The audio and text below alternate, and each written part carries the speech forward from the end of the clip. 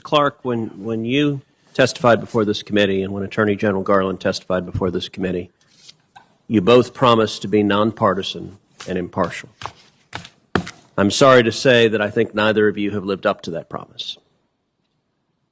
Within weeks of President Biden being sworn in, the Department of Justice dismissed a Civil Rights Division lawsuit it had against Yale University for explicit racial discrimination. Yale has a policy that discriminates against Asian Americans at admissions. It does so brazenly and openly. And yet, the Department of Justice decided that preventing racial discrimination did not fit within the purview of the Biden DOJ. Now, in your defense, you were not yet there, neither was Merrick Garland. So that was merely the initial political operatives of the Biden administration doing what they believed was consistent with the preferences of the president. But just this week, after you were there, after Merrick Garland was there, the Department of Justice issued a memorandum to the FBI instructing them to mobilize against parents across the country, parents of school kids, who have the temerity to show up at school boards and express their opposition to the teaching of critical race theory, a pernicious theory that divides us on racial lines, that tells school children the lie that America is fundamentally racist, that America is irredeemably racist, that all white people are racist. It spreads racial division. Many parents are understandably quite dismayed at schools that are teaching this to their children, sometimes as young as 5. And yet the Department of Justice looked at that issue and decided to label the parents objecting to this teaching as domestic terrorists. Did you participate in discussions about the memo before it was issued? Senator, I can't talk about internal deliberations. You can't talk about whether you participated in discussions about the memo?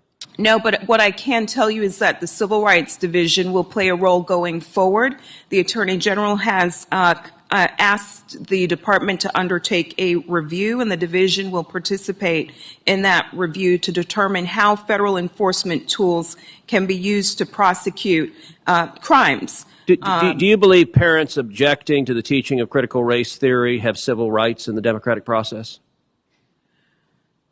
I don't follow the question, Senator. You don't understand the question whether parents objecting to critical race theory have civil rights? The First Amendment is a core value in our democracy, and I didn't say free speech. I said civil rights. School board meetings are democratic.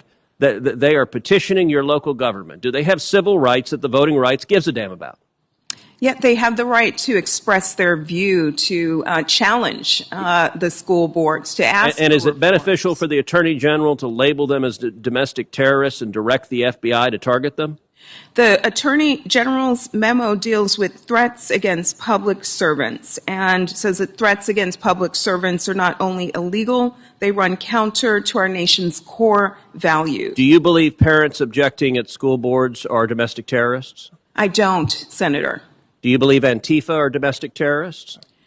I don't have a view about Antifa. Do you believe the Black Lives Matter protesters who burned shops, who firebombed police cars, who murdered police officers, do you believe they're domestic terrorists?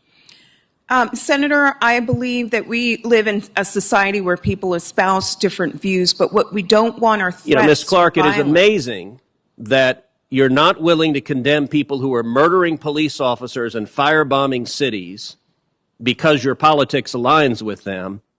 But at the same time, when it comes to parents at school boards, you're perfectly comfortable with calling a mom at a PTA meeting a domestic terrorist. Ms. Clark, with all due respect, this demonstrates why the Democrat proposal to take someone with as long a partisan record as you have and to put you in charge of striking down any voting rights law in the country that you disagree with is nothing but a partisan power grab. Let me give another example, because your division has operated in a purely partisan way.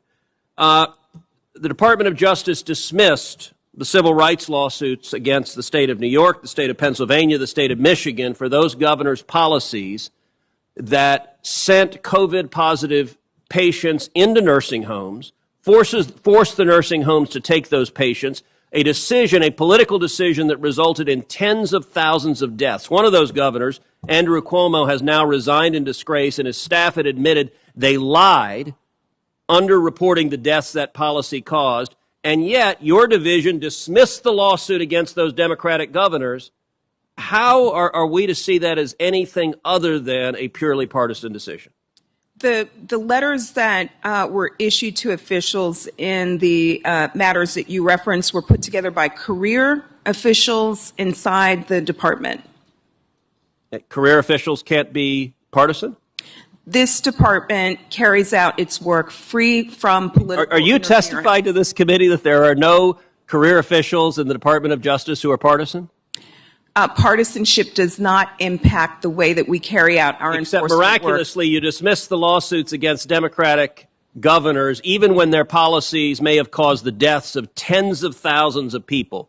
You also dismissed a lawsuit that was brought against a medical center that had a pattern of discriminating against healthcare providers that, for conscience reasons, didn't want to implement abortions, even though clear federal law protects their civil rights. Why did you dismiss that civil rights lawsuit in contravention of federal law?